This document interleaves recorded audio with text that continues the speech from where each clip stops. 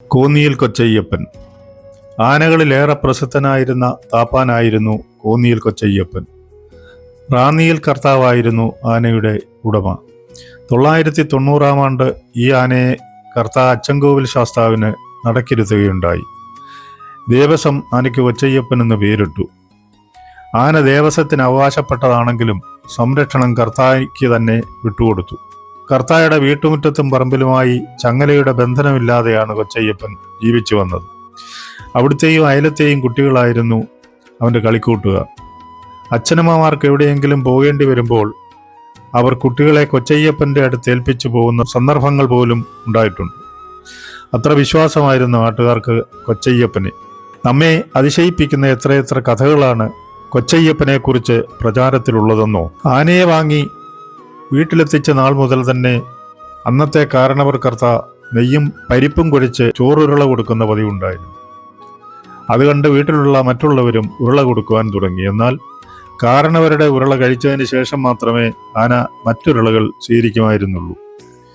ആനക്കാരില്ലാത്ത കാരണം തീറ്റയും കുളിയുമൊക്കെ മറ്റു പണിക്കാരായിരുന്നു നിർവഹിച്ചു പോന്നിരുന്നത്. ചക്കിയെന്നും വിക്കിയെന്നും പേരായി വീട്ടിലെ 2 ദാസ്യസ്ത്രീകളായിരുന്നു കൊച്ചയ്യപ്പനെ പുഴയിലിറക്കി കുളിപ്പിച്ചു പോന്നിരുന്നത്. അവരുടെ മരണശേഷം ചക്കിയുടെ മകളായിരുന്നു ആ ജോലി ചെയ്തിരുന്നത്. കുറെ നാളുകൾക്ക് ശേഷം കാരണവർ കർത്ത മരണപ്പെട്ടു. കൊച്ചയ്യപ്പന് സഹിക്കാനാവാത്ത സംഭവമായിരുന്നു അത്. കണ്ണീർ വാർത്തുകൊണ്ട് അവൻ അലറിക്കരഞ്ഞു. വെള്ളവും തീറ്റയും ഇല്ലാതെ 3 ദിവസം ഒരേ നിൽപ്പു നിന്നു. പലരും നിർബന്ധിച്ച് ക്രമേണ അവൻ തിന്നാനും കുടിക്കാനും തുടങ്ങി. പിൻഗാമിയായി വന്ന കർത്ത കർക്കശക്കാരനായിരുന്നു. ആനയ്ക്കിനി ചോറുരുള കൊടുക്കരുതെന്നും ചങ്ങലയിടണമെന്നും പാപ്പാനെ നിയമിക്കണമെന്നും ആജ്ഞയുണ്ടായി. ഇത് സഹിക്കാനാവാതെ അവിടുത്തെ വലിയമ്മ നിസ്സഹായയായി. അവർ കൊച്ചയ്യപ്പന്റെ ചെവിയിൽ ഇക്കാര്യം വിസ്തരിച്ചു വിലപിച്ചു. അവന്റെ കണ്ണുകൾ നിറഞ്ഞൊഴുകി. അടുക്കളയിൽ നിന്നും ഒരമ്മ ഉരുള അവന് നീട്ടി. അവൻ വായി തുറന്നില്ല.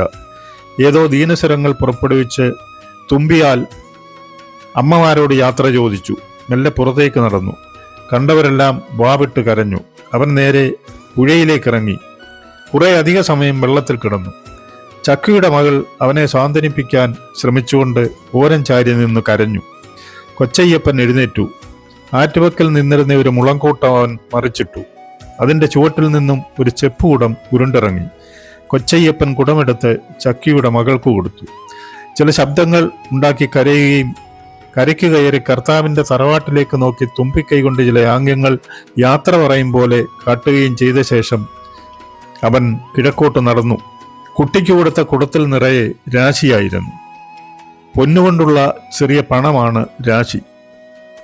പിന്നീട് കൊച്ചയ്യപ്പൻ അച്ചൻകോവിലെത്തി. അവനെ കണ്ടപാടെ പൂജാരിമാരും മറ്റും ആശ്ലേഷിക്കുകയും ഉരുളയൂട്ടുകയും ചെയ്തു. കൊല്ലവർഷം 1086 കുംഭമാസത്തിൽ 103-ാമത്തെ വയസ്സിലാണ് കൊച്ചയ്യപ്പൻ ചരമമടയുന്നത്.